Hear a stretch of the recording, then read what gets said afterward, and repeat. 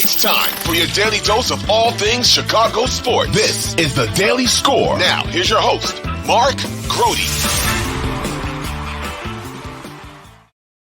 How we doing? We are originating this podcast from Hallis Hall in Lake Forest, home of the Chicago Bears, and we are in the NFL Network studios today, and there is a lot to get to. We are going to hear three really important cuts from the Bears general manager, Ryan Poles, who spoke out here today. But first, let me just get to some of the news and notes of the day, the important stuff that went on. And one of the big deal things that occurred, because it has a trickle-down effect, is that the Bears did sign a punt returner. Trent Taylor will be the team's punt returner. It looks like Velus Jones Jr. will be the kick returner and will be implemented on offense. But this was an incredibly smart move. We've said it before on this podcast. It's always nice when the front office sees what everybody else is seeing, and that is that no matter how much you like and hoped for Velus Jones Jr., and both of those things are true with me, I hoped and really liked him. One of my favorite guys to talk to, quite frankly, in the locker room, affable kid who is got a lot of raw talent. There was a disconnect with him when it came to returning punts, and maybe sometime down the road in his career that can be revisited. But the Bears did the right thing. They got Trent Taylor to return punts. He's also a receiver, so that could work in that regard as well. The offensive line, too. Got to watch some of practice today. Both Lucas Patrick and then Dan Feeney, for whom they just traded from Miami, were both practicing snapping the football today. Now, that doesn't necessarily mean that either will be the center when it's lights, camera, action against the Packers on September 10th, but probably one of those two guys. The only caveat would be, or the only other alternative would be, is if Cody Whitehair's hand gets healthy and he is able to return to the center position, but that seems suspect. Still got the bandage on there right now. As for Teven Jenkins, he will be placed on injured reserve. Probably will have happened by the time that you're listening to this podcast. Ryan Poles referred to it as not too serious. He would be, Teven Jenkins, once they put him on injured reserve, he'd be eligible to return after 4 games. And it sure sounds like that's what it's going to be. 4 games, and he should be back. So that's good news relative to it being a serious injury and the way he looked when we saw him walk out of the locker room with a pronounced limp. So that's what's going on with the offensive line. Darnell Wright was certainly back in practice. Nate Davis was back in practice. We'll hear from Ryan Poles on him here in just a second. One of the surprise cuts to me, we talked about this a little bit yesterday, was Terrell Lewis. The reason that Terrell Lewis was cut is because they liked Khalid Kareem better, a 4th-year player that the Bears did sign, who has had 1 sack in 27 games, played well against the Bears when the Bears played the Colts. But specifically, they feel that Kareem is a better, every down, a more complete defensive end, as in can stop the run better, and just they feel that he fits their scheme better. I don't know if I agree. I mean, track record is not there with Kareem yet, but this is what they think. I'm surprised that Lewis, considering the guy had 2 strip sacks and an extra sack, I am surprised about this, but we shall see about Khalid Kareem and what he brings to the team. All right, let's get to Ryan Poles and some of the key audio from the day. You're going to hear about Nate Davis in a second. Ryan Poles is going to address some trade rumors as well. But first, we begin with Tyson Bagent, who right now, you'll hear from Poles, is the 2nd-string quarterback. When you listen to Ryan Poles, keep in mind that when he says the name Nate, he's going to refer to the name Nate in this cut. He is talking about Nathan Peterman, who, as we were recording this, is not part of the Bears, but it sounds like Poles would like him to again be a part of the Bears. But here's Ryan Poles on Tyson Bagent. Got to give him a lot of credit for how he handled the situation, really poised throughout the entire process, elevated his game every single week and got better. And you want guys like that to make, the roster construction difficult, and make it a challenge. And for those guys to force themselves on the roster, and he did that and he earned it, and I'm proud of him. Really hopeful we get Nate back here in the next few days. he's important to us. He's important to that room as well. Brian, do you expect Tyson Bagent to be the backup quarterback to Justin Fields on September 10th? Yeah, we're working through that. Again, I talked about Nate coming in.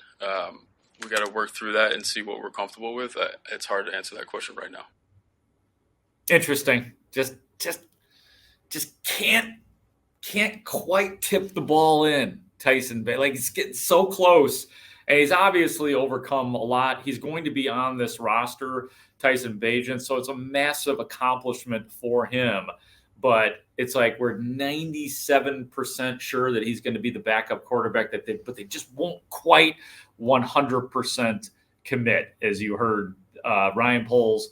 And they clearly want to get Nathan Peterman on the Bears practice squad. We'll go through the practice squad here in just a second as well, if you guys missed the guys that they have on it so far. But, yeah, Peterman's going to, in some way, shape, or form, whether on the 53 or the practice squad, they want Nathan Peterman back here. Gut feeling at this point is that Bagent will be the backup quarterback.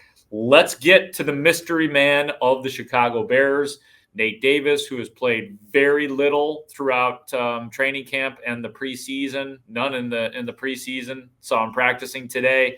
Looks like he's good to go for Green Bay. But here's Ryan Poles on Nate Davis. Ryan, with Nate Davis, how have you guys balanced what you saw on tape of him in Tennessee and then just not really having him for much of the spring and summer? Yeah, he's gone through a couple things. I will say when he has gone, it's everything that we saw on tape before, so I'm confident we're going to be in a good place. As Coach said the other day, with football, you do have to play football. You got to practice football, and he's doing well now. But knocking that rust off and getting going, that's going to be the key thing. So we got a little bit of time here, practice today, practice tomorrow, and then next week. So we're heading the right direction. Nate Davis's absence with just injuries, like why he wasn't in most of camp? It was a combination of things, but yeah, he's I just feel like he's in a better place now. Yeah, so it does sound like Nate Davis may be dealing with some personal issues off of the field, which obviously we respect and needn't pry unless Nate Davis or Ryan Poles wants to share. But, the ramp up is real, and is it realistic to think that he, considering the lack of playing that he has done, is it realistic that he will be able to go full force against Green Bay? I'm not sure. And it sounds like, Ryan Poles thinks that there may be enough time, but he talked about how important the practice is and the cohesive unit, which, we thought they were going to be from the beginning, and they just have not been because of injuries and the like.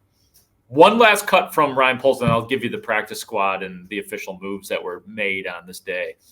Ryan Poles on trade rumors. Kind of cracks me up, the stuff that I hear. We turned every stone. We investigate everything. Nothing really got serious. Never thought about or had any conversation about trading Mooney, which was interesting. And Trevis Gipson never came to office and said that he wanted to be traded. So just want to make that stuff clear. In terms of Gipson, love that kid. It was more of a fit thing, scheme fit. I think his success came in a different scheme. We had a great conversation yesterday, and I'm excited to see where he goes and what he does. In terms of contracts, no updates there. Everything's kind of quiet right now. If something changes, I'll let you guys know.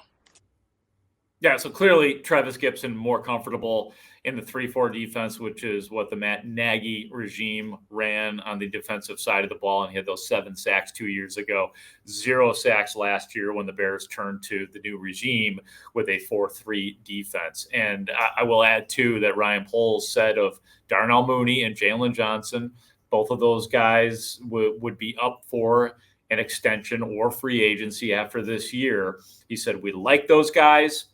We'd love to have them long-term, and so we shall see. We shall see what happens with those guys.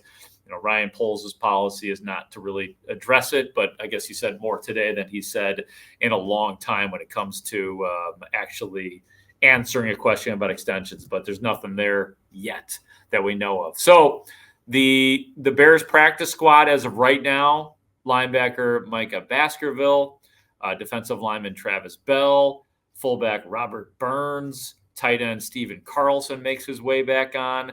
The linebacker DeMarcus Gates returns. Offensive lineman Aviante Collins is on the practice squad. Defensive lineman Jalen Harris, who made some plays for sure during he was impressive, at least in one of the preseason games. Jalen Harris, the defensive lineman, is back. Offensive lineman Roy Medikika is back as well.